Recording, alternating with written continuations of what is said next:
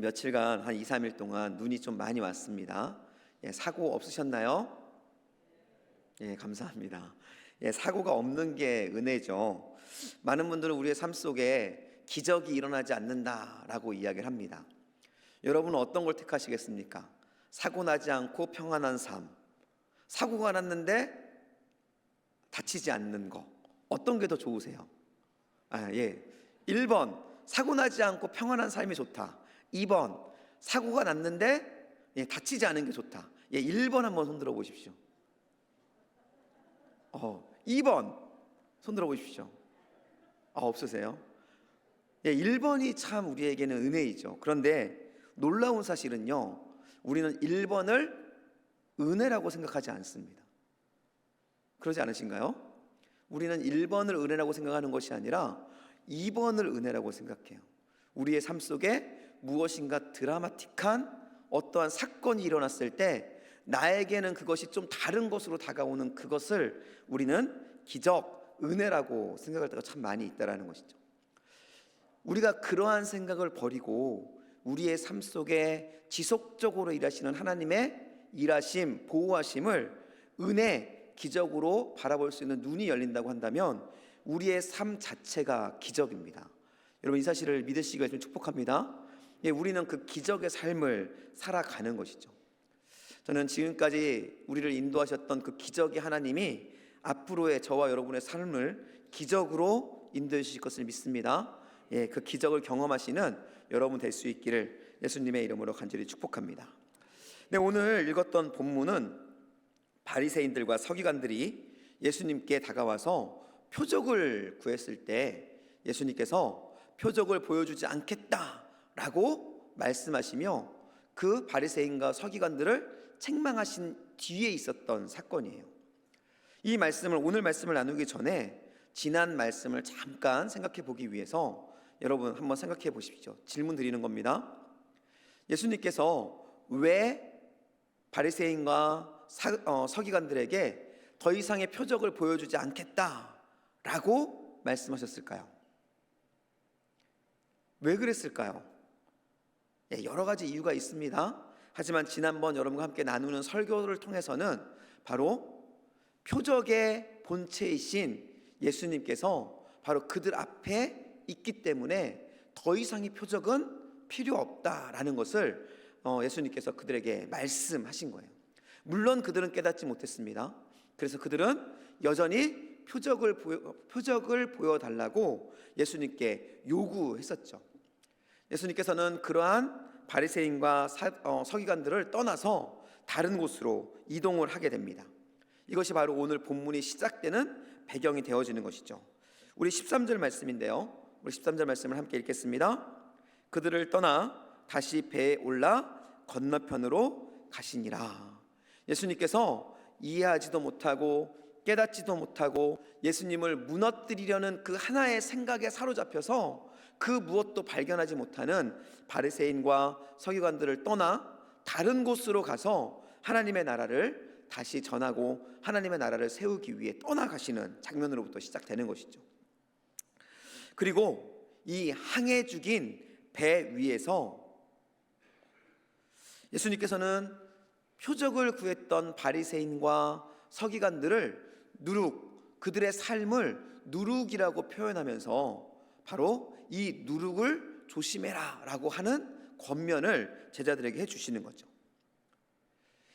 예수님께서는 바리새인과 서기관들의 누룩, 그들의 가치관, 그들의 생각, 그들의 삶을 조심할 것을 제자들에게 말씀하시면서 너희는 그러한 삶이 아니라 참되고 진실된 그리스도인으로서의 삶을 살아야 된다라고 예수님께서는 제자들에게 권면하시면서 말씀을 하십니다. 우리 15절 말씀입니다. 함께 읽겠습니다. 시작. 예수께서 경고하여 이르시되 삼가 바리새인들의 누룩과 헤롯의 누룩을 주의하라 하시니 라고 말씀합니다. 예수님께서는 앞에 있었던 사건을 제자들이 이해했을 거라고 생각했어요. 그리고 이 앞에 있는 사건을 통해서 예수님이 누구인지를 제자들이 깨달았을 것이라고 믿었다는 겁니다. 그래서 제자들에게 앞에 있었던 바리새인과 서기관들의 그러한 삶을 담지 말고 너희는 나를 닮아서, 예수님을 닮아서 그리스도인 하나님의 나라를 살아가는 하나님의 사람이 되어야 한다라는 것을 제자들에게 가르치신 거예요. 그런데 이러한 예수님의 가르침을 들은 제자들은 좀 동요하며 좀 이해되지 않는 이상한 반응을 보이게 되는 것이죠. 그 반응이 16절 말씀에 나옵니다. 어떻게 반응할까요? 우리 16절 말씀을 함께 읽겠습니다. 시작. 제자들이 서로 수긴거리기를 이는 우리에게 떡이 없음이로다 하거늘 이라고 이야기합니다. 이들의 반응은 떡이 없는 것에 초점이 맞춰져 있어요. 예수님께서는 떡 이야기를 하지 않으셨습니다. 15절을 다시 한번 살펴보시면요, 예수께서 경고하여 이르시되 삼가 바리새인들의 누룩과 헤롯의 누룩을 주의하라 하시니 라고 말하면서 빵에 대한, 떡에 대한 언급을 전혀 하지 않으세요. 그런데 제자들은 예수님의 이러한 말씀, 이런 가르침을 들은 뒤에, 듣자마자 그들은 동요합니다. 그리고 그들은 예수님께서 우리에게 빵이 없음을 알고 우리를 책망하시는 것이구나 라고 생각하게 되어 버린 거예요. 사실은 우리가 문맥을 좀 살펴보면 이러한 제자들의 반응이 얼마나 생뚱맞은, 좀 문맥에 맞지 않는 반응인지를 우리는 쉽게 알 수 있습니다. 그런데 제자들이 왜 이런 반응을 보였을까? 이렇게 문맥에도 맞지 않고 예수님의 질문과는 전혀 다른 엉뚱한 모습을 제자들이 왜 보였을까 하는 우리가 질문을 해봐야 된다는 것이죠. 여러분들 혹시 이런 경험이 있지 않으십니까? 누군가 이야기를 하다가 잠깐 딴 생각을 한 거예요. 누군가 옆 사람이, 대화하던 사람이 뭔가를 질문했는데 여러분의 생각과 이 질문이 갑자기 이렇게 겹쳐져서 전혀 엉뚱한 대답을 하신 경험이 혹시 있으신가요? 없으시면 말고요. 있으시잖아요. 예, 저도 그런 경험들이 있습니다. 우리가 살다 보면 우리에게도 그런 경험들이 있죠. 근데 지금 이 제자들은 이런 상황과 좀 달라요. 예수님이 하시는 말씀을 듣고 다른 생각을 한 것이 아니라 예수님이 하신 말씀을 집중하여 듣고 있으면서도 예수님의 말씀에 대해 전혀 엉뚱한 반응을 하고 있다라는 것이죠. 왜 제자들은 예수님의 말씀을 이해하지 못하고 생뚱맞은 엉뚱한 반응을 하고 있는 것일까? 이것은 매우 중요한 어떠한 은혜를, 사실을 우리에게 알려주는 사건입니다.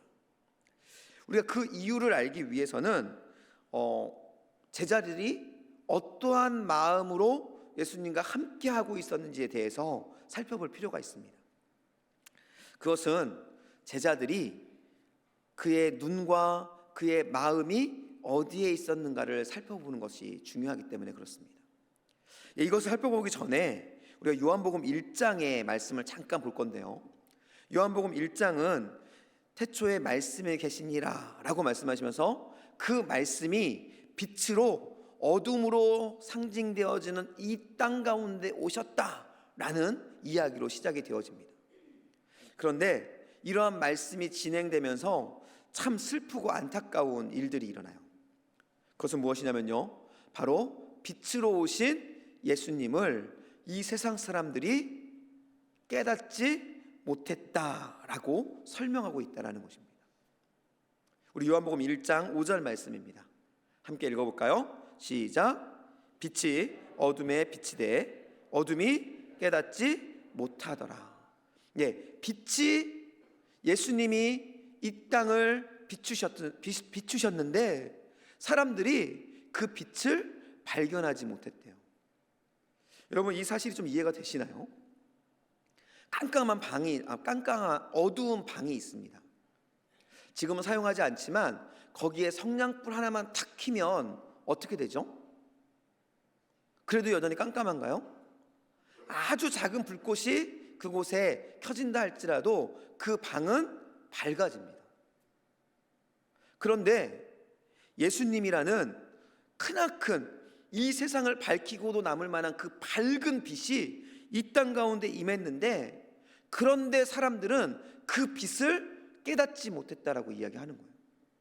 어떻게 이런 일이 있을 수 있을까요? 여러분 한번 상상력을 발휘해 보십시오. 그 밝은 빛이 이 땅에 오셨는데 우리가, 그 사람들은 왜 그 빛을 발견할 수 없었을까? 상식적으로는 이해되지 않는 말이지만 그 빛을 깨닫지 못할 수 있는 방법이 딱 한 가지가 있습니다. 그 방법은요, 그 빛에 등을 돌리는 거예요. 그리고 그 빛 앞에서 눈을 감아버리는 겁니다. 내가 눈을 감고 그 빛에서 등을 돌려버리면, 그러면 우리는 그 빛을 볼 수 없고 깨달을 수 없게 된다라는 것이죠. 이 슬프고 이 안타까운 사건이 예수님이 이 땅에 오셨을 때 있었던 사건이라는 것이죠. 근데 문제는 무엇이냐면요, 오늘 이 본문에서 그 당시에 일어났던 사건이 제자들에게도 동일하게 일어나고 있다라는 것이에요. 세상 사람들은 예수님을 몰랐다고 우리가 생각할 수 있습니다. 그렇기 때문에 눈을 감았다고 할 수 있겠죠. 근데 우리 제자들은 주님의 말씀을 들었습니다. 제자들은 주님이 행하시는 기적을 보았어요. 제자들은 지금까지 예수님과 동거동락하며 예수님이 어떤 분이신지에 대해서 배우고 경험하고 목도했던 사람들이라는 것이죠. 그런데 그런 제자들이 지금 예수님의 말씀을 깨닫지 못하는, 진리의 말씀을 깨닫지 못하는, 빛이 비추되 그 빛을 깨닫지 못하는 그러한 상황 속에 놓여버렸다라는 것이죠. 왜 그랬을까요? 말씀드렸잖아요. 왜 그랬을까요? 그들이 예수님이 비추는 빛에 관심이 없었기 때문이에요. 보십시오. 우리 14절 말씀을 한번 보겠습니다. 우리 14절 말씀입니다. 그들이 항해를 시작하면서부터 어떠한 생각을 했는지가 14절 말씀에 나와요. 우리 14절 말씀 함께 읽겠습니다. 시작. 제자들이 떡 가져오기를 이지매 배에 떡 한 개밖에 그들에게 없었더라.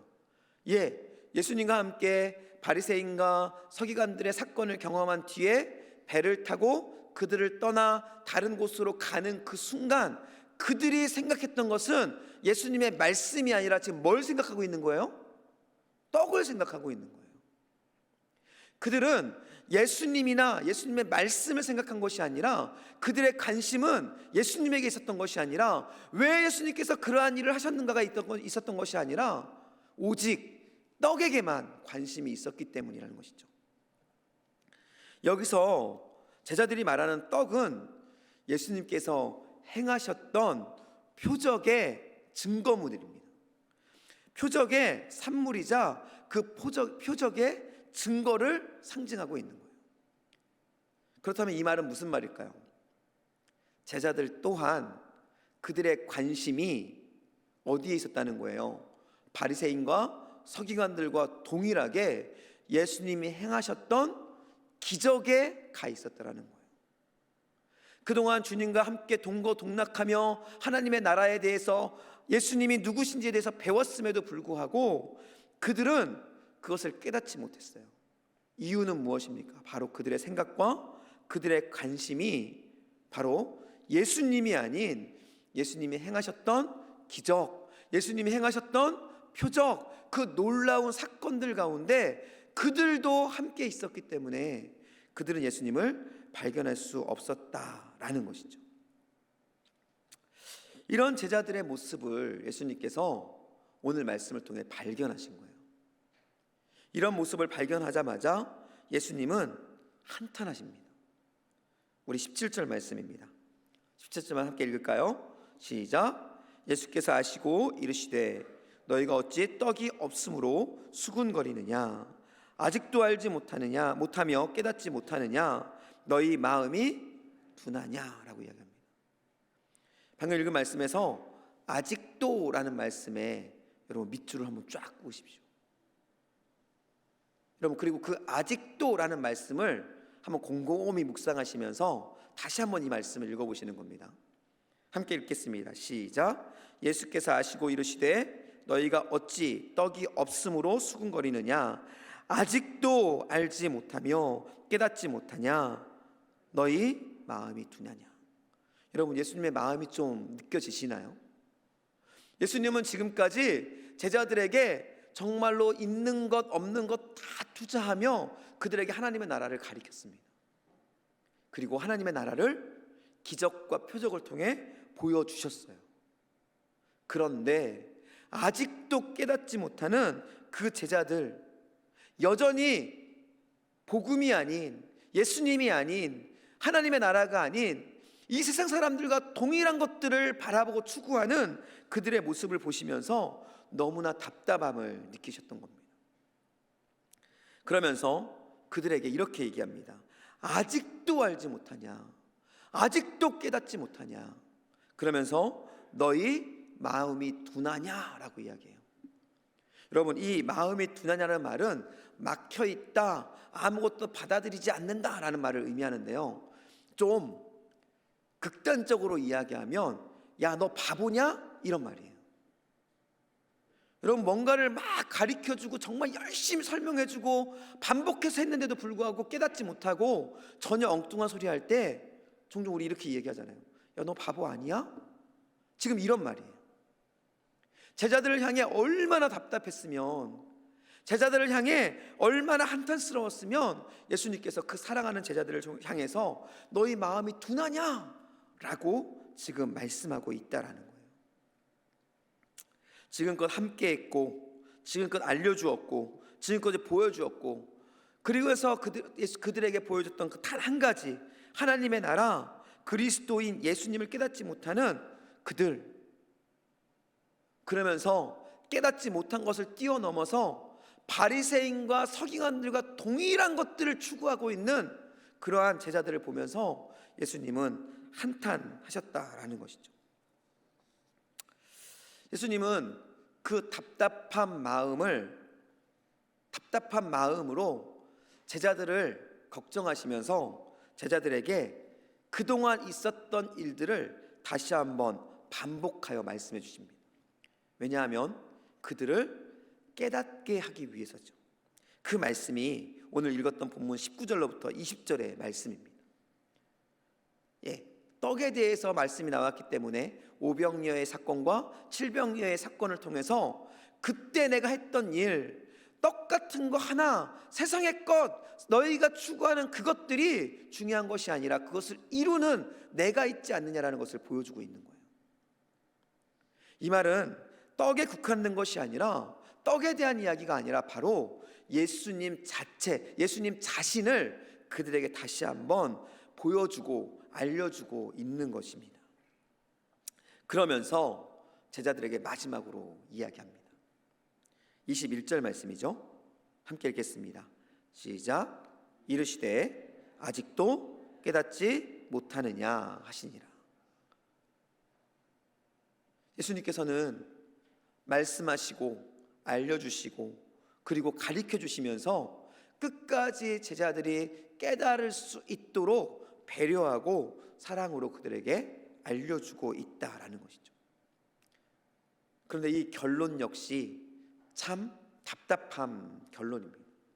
너희가 깨달았구나, 내가 그 깨달음에 기쁘구나, 그것이 아니라 예수님은 여전히 아직도 너희가 깨닫지 못하느냐라는 그 답답한 마음을 토로하고 있는 것이죠.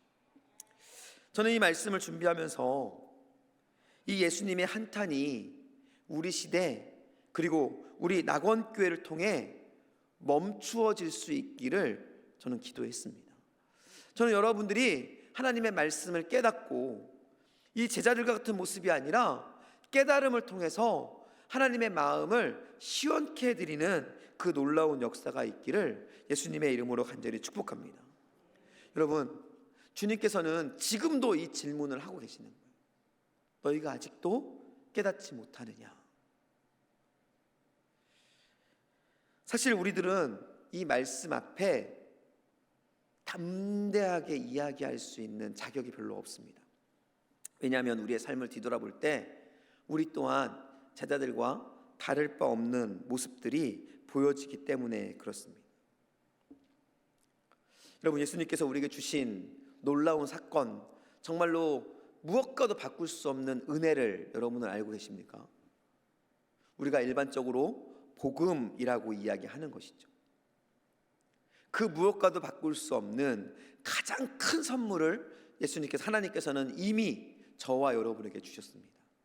그것은 바로 예수님이시고 예수님의 십자가의 죽음이고, 그리고 그것을 믿는 자들에게 주신 구원의 은혜이라는 것이죠.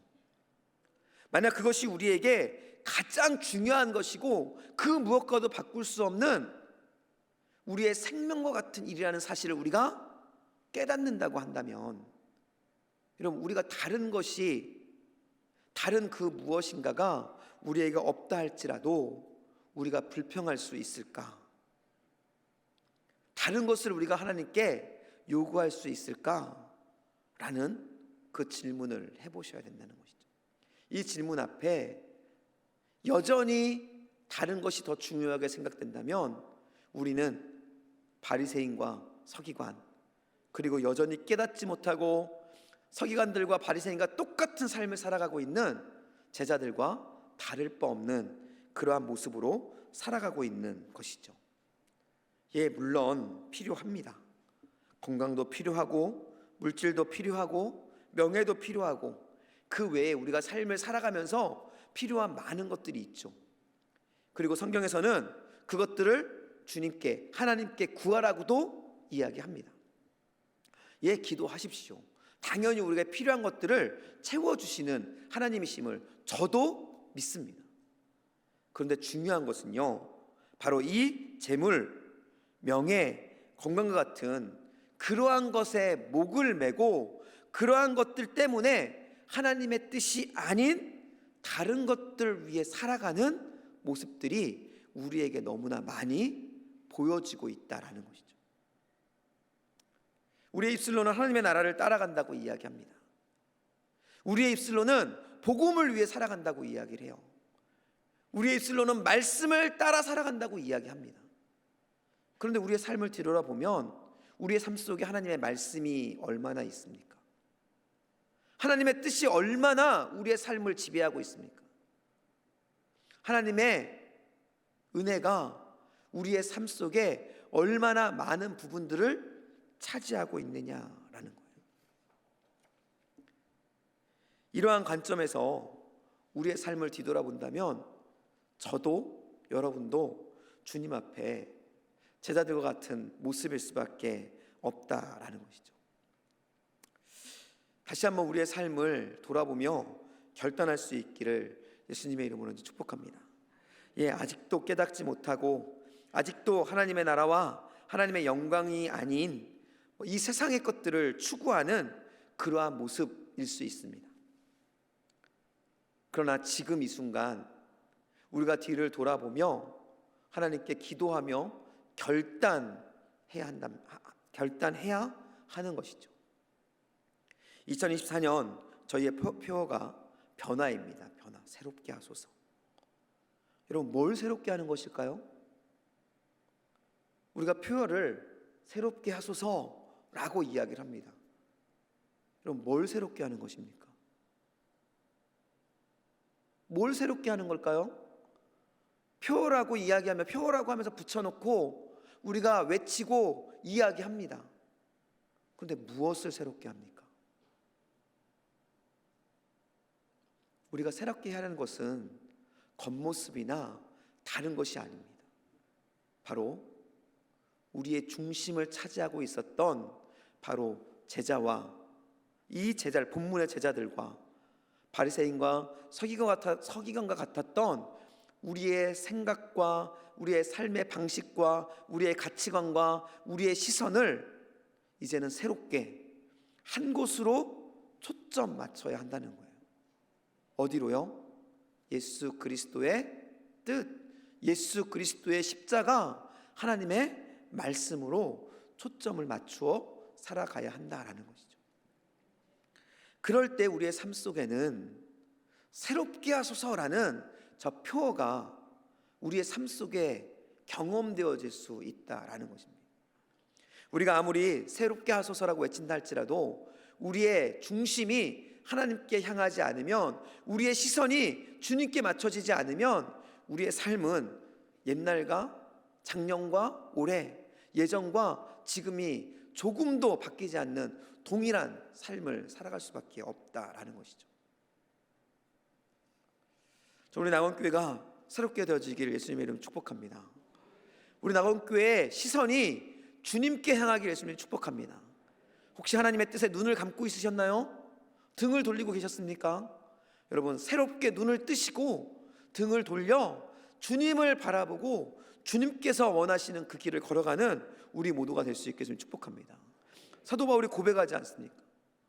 나는 표대, 주님께서 우리에게 맡기신 사명인 그 표대를 바라보고 나아간다. 여러분, 우리의 시선을 주님께 맞추고 걸어갈 때 우리는 하나님께서 원하시는 그 놀라운 하나님의 사람으로 살아갈 수 있다라는 것입니다.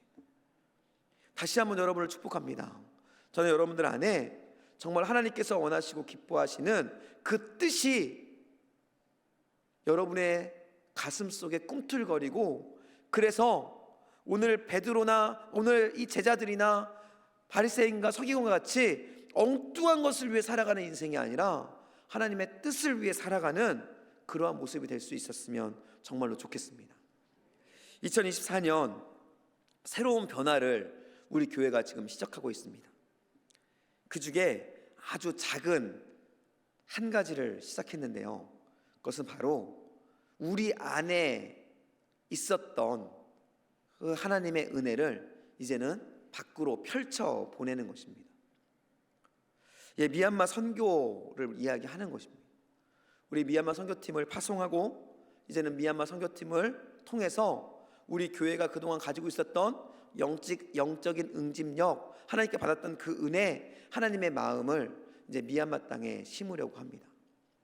여러분, 함께 가지는 못하지만 여러분의 마음과 기도가 함께 미얀마 땅에서 선교하고 그곳에 영혼을 살리는 그러한 일들이 있기를 여러분 간절히 부탁드립니다. 왜냐하면요, 그것이 바로 영혼을 살리는 것이 하나님의 뜻이고 하나님의 바람이기 때문에 그렇습니다.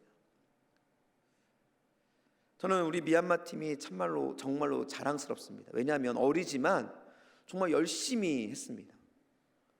여러분들이 보이지 않는 곳에서 열심히 준비했고 또 기도했고, 여러분 그 땅을 위해서 최선을 다해 정말로 준비하고 사랑으로 섬기고자 결단하고 나아가고 있습니다. 그들을 위해서 저희들만의 선교가 아니라 우리 낙원교회 모두의 변화됨의 증거인 선교가 될 수 있도록 여러분 기도해 주시길 간절히 축복합니다. 그래서 우리 모두의 수고가 그곳에 작은 복음의 씨앗이 되어서 미얀마 땅을 변화시키는 놀라운 역사를 경험할 수 있기를, 경험하는 그런 은혜가 있기를 간절히 소원합니다. 여러분, 오늘 말씀 중에 너무나 중요한 말씀이죠. 아직도 깨닫지 못하느냐. 여러분을 향한 하나님의 말씀은 무엇일까요? 여러분을 향해도 여전히 아직도 깨닫지 못하느냐 라는 말씀이 선포되고 있을까요? 아니면 깨닫고 나아가는 여러분을 향해 잘했다 칭찬하시는, 기쁘다라고 칭찬하시는 그 음성이 들려지고 있을까요?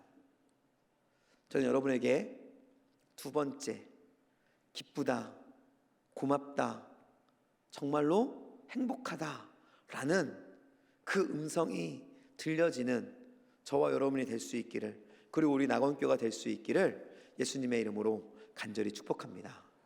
우리 이러한 일들을 꿈꾸면서 우리 함께 찬양하고 기도했으면 좋겠습니다.